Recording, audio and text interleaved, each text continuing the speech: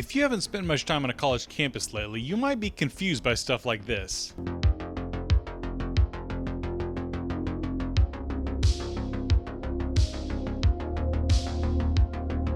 I like to blend in a little bit with everybody else. That way I'm not very distinguishable. But why is that? So that no one can identify me. I am too tired. This shit is literally gonna kill me. Do you have a time for an apology? Go inside. Go inside or go home. Go inside or go home. Go inside or go home. I know it's deeper than that. So then apologize. I want to make sure. I understand. Like, what is the issue? What is this stuff and where did it come from? Let's go back to the very beginning. Jean-Jacques Rousseau was a French theorist who helped inspire the bloody French Revolution. One of the big debates in philosophy around human nature involves Jean-Jacques Rousseau on one side and Thomas Hobbes on the other side. Hobbes believed that people are fundamentally evil and that we need society to keep us in line. Rousseau believed that people are fundamentally good and that society has corrupted us. Noble savage is a term you hear attributed to Rousseau, which means that people in a state of nature, or the natural state of things, are naturally good, and it's when we add civilization that we get corrupted. Rousseau believed that civilization was humanity's primary biggest mistake. You had people like the German Immanuel Kant who challenged the limits of reason and rationality, and that was the first major challenge that I know of to the Enlightenment.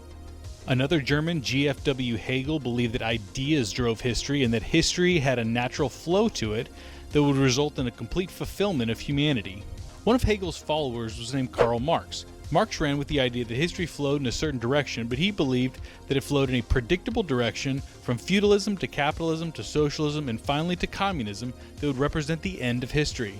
Marx also pushed the idea that we now call conflict theory, the idea that all of history in every time and place is fundamentally about an antagonism between the haves and the have-nots, who Marx called the bourgeoisie and the proletariat. He believed that the natural flow of history would result in workers overthrowing the capitalists, leading to utopia. Two Marxists in the early part of the 20th century shaped the direction this ideology would go. The first was George Lukács, who came up with an early version of standpoint epistemology. Drawing on Hegel's master-slave dialectic, Lukács believed that the working class had an accurate view of reality, while the capitalists were blinded by their privilege. The other thinker was the Italian communist Antonio Gramsci, who was imprisoned by the fascists under Mussolini. While in jail, he wrote the famous prison notebooks where he talked about cultural hegemony. Side note, woke academics love the word hegemony. It means rule over people. Gramsci believed that the only way to have a Marxist revolution was if they changed culture before trying to change politics. This is the origin of what we call cultural Marxism. German critical theorists Max Horkheimer and Theodor Adorno began targeting culture in their writings, including music and movies.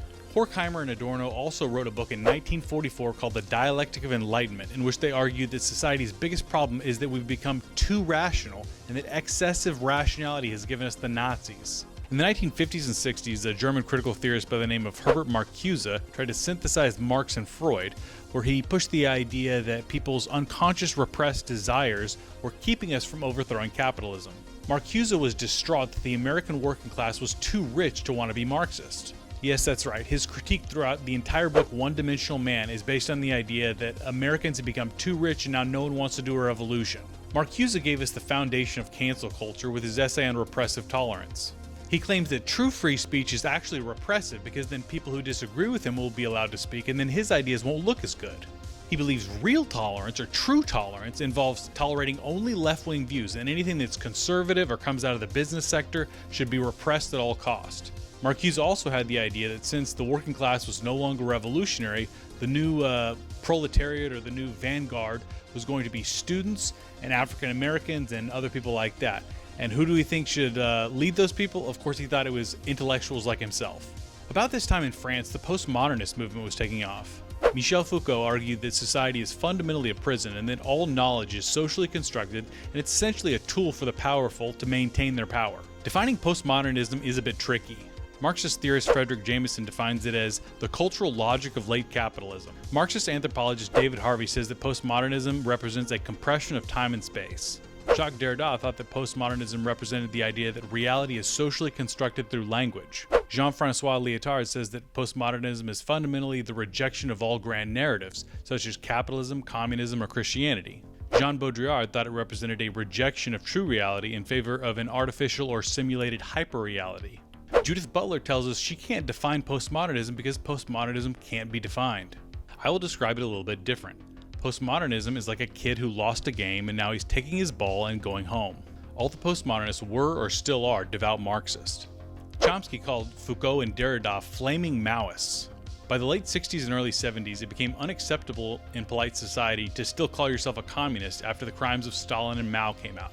The reaction by the postmodernists was essentially, if our ideas are discredited, then we're going to discredit all ideas. Everything is relative and there's no solid foundation for objective truth or reality. On the other side of the pond here in America, these ideas started to get picked up by philosopher Richard Rorty. You also began to see American intellectuals combine critical theory and postmodernism and apply that to identity politics. When we do this with race, we get critical race theory. When we do this with gender, we get radical feminism. When we do this with sexuality, we get queer theory. We also have a host of academic disciplines like fat studies or disability studies that use the same formula.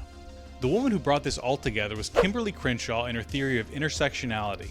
Critics have called intersectionality the oppression Olympics because it basically takes what they perceive as a social hierarchy and then just invert it. There's no official list on how to score this, but it seems like black is at the top, then transgender, and below that every other race, and below that you'd have white gays and white women, and at the very bottom you got straight white men. If you're a straight white man, don't freak out, you have options. For example, you could say that you're non-binary, or that you're disabled due to your ADHD. No one can prove otherwise. This is important because all of your power in left-wing spaces comes from your marginalization or your level of victimhood. Remember George Lukács from earlier who said that the proletariat or the working class had a better view of reality than the rich.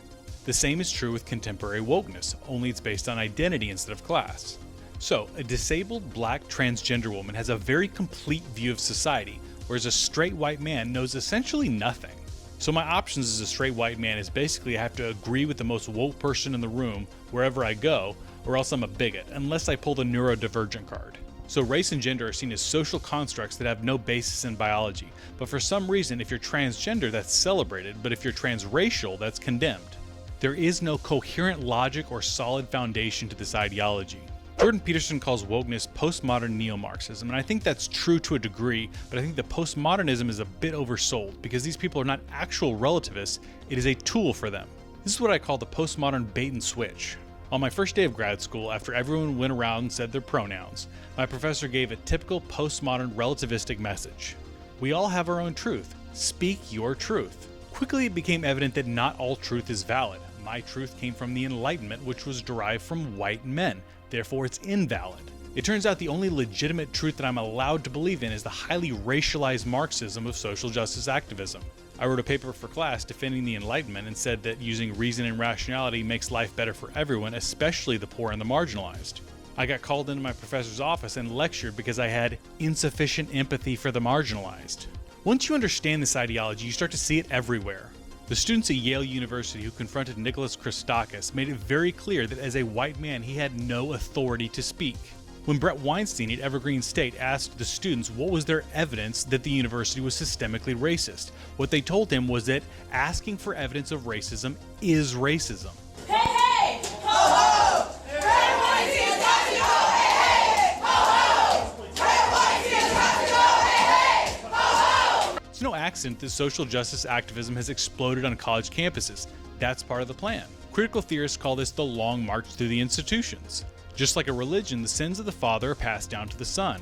Connor Daly lost his sponsorship in NASCAR because it came out that his father had used a racial slur before Connor was even born. This manifestation of cancel culture is exactly what Herbert Marcuse had in mind. Critical whiteness studies professor and corporate consultant Robin DiAngelo says that all white people are racist. And if you disagree with her, that is evidence that you're a racist. This sort of Kafka show trial would make Joseph Stalin blush. George Orwell could not have written it any better. I don't know what the end game for wokeness is, but if it continues, this could be ugly. Many conservatives have called this a form of Marxism, and that's true to a degree, but I think that undersells it. While Marx was against capitalism specifically, this current brand of wokeness and social justice activism is against the entire Enlightenment project. They're also against any form of free, open, and tolerant society. I hope this all comes crashing down pretty soon, but I have my doubts, and a worst case scenario looks pretty grim.